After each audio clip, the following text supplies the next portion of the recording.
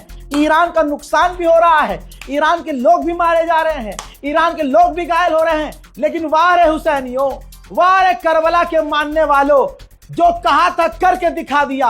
Journal ने आगे ये भी कहा हम तब तक हमला करेंगे, हम तब तक हमला करते रहेंगे जब तक मिडिल ईस्ट से अमेरिका निकल नहीं जाता. यानी कितना भी हमें मारो पीटो, हम अपने गोल से हटेंगे नहीं, तुम्हें मिडिल ईस्ट से निकाल कर मानेंगे. IRGC के कमांडर ने यह भी कहा कि हमें पता है कि दुश्मन के पास कितने एयर डिफेंस सिस्टम है और उनकी क्या ताकत है. कुछ दिन में इनके एयर डिफेंस सिस्टम खत्म हो जाएंगे, हमारी मिसाइल और हमारे ड्रोन चलते रहेंगे. हमें मालूम है कि उनके रिटायर्ड फौज के कमांडर अब फौजियों में भर्ती कर रहे हैं, फौज में रिक्रूट कर रहे हैं, क्योंकि उनको पता है कि वो बुरी तरह से पिट रहे हैं.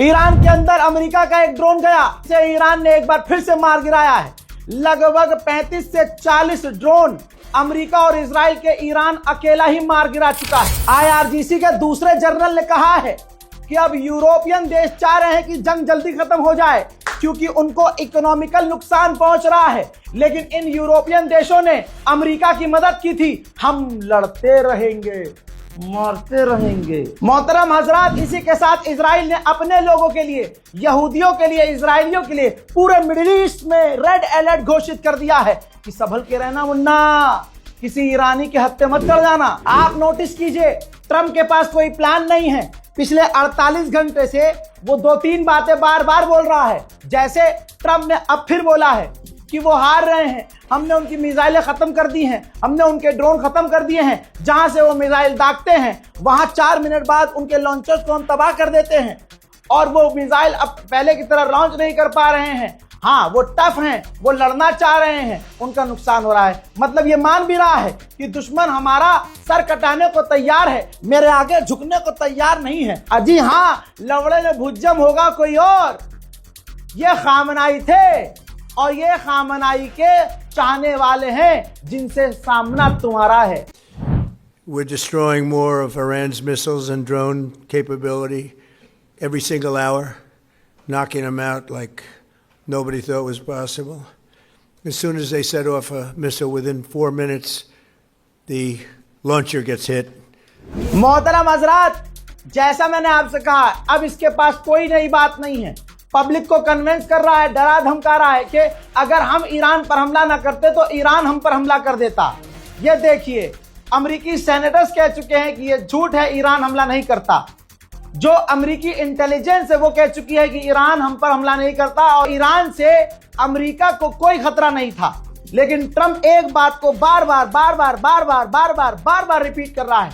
डोनाल्ड ट्रंप ने कहा कि अगला जो सुप्रीम लीडर होगा, हम मेक श्योर करेंगे कि वो इजराइल और अमेरिका के लिए खतरा ना हो और हम अभी लड़ते रहेंगे, हम IRGC से हथियार डलवाएंगे और उनको मार देंगे. वो तो दिख रहा है कौन मर रहा है. वहीं अमेरिकी डिफेंस मिनिस्टर के पास भी कुछ नया नहीं है. जो उसने कल बोला वही परसों बोला था, वही तरसों बोला, वही अभी बोला.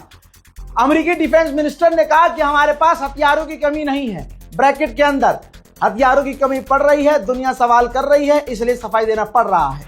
अमेरिकी डिफेंस मिनिस्टर ने कहा कि अभी हम और बड़े हमले करेंगे।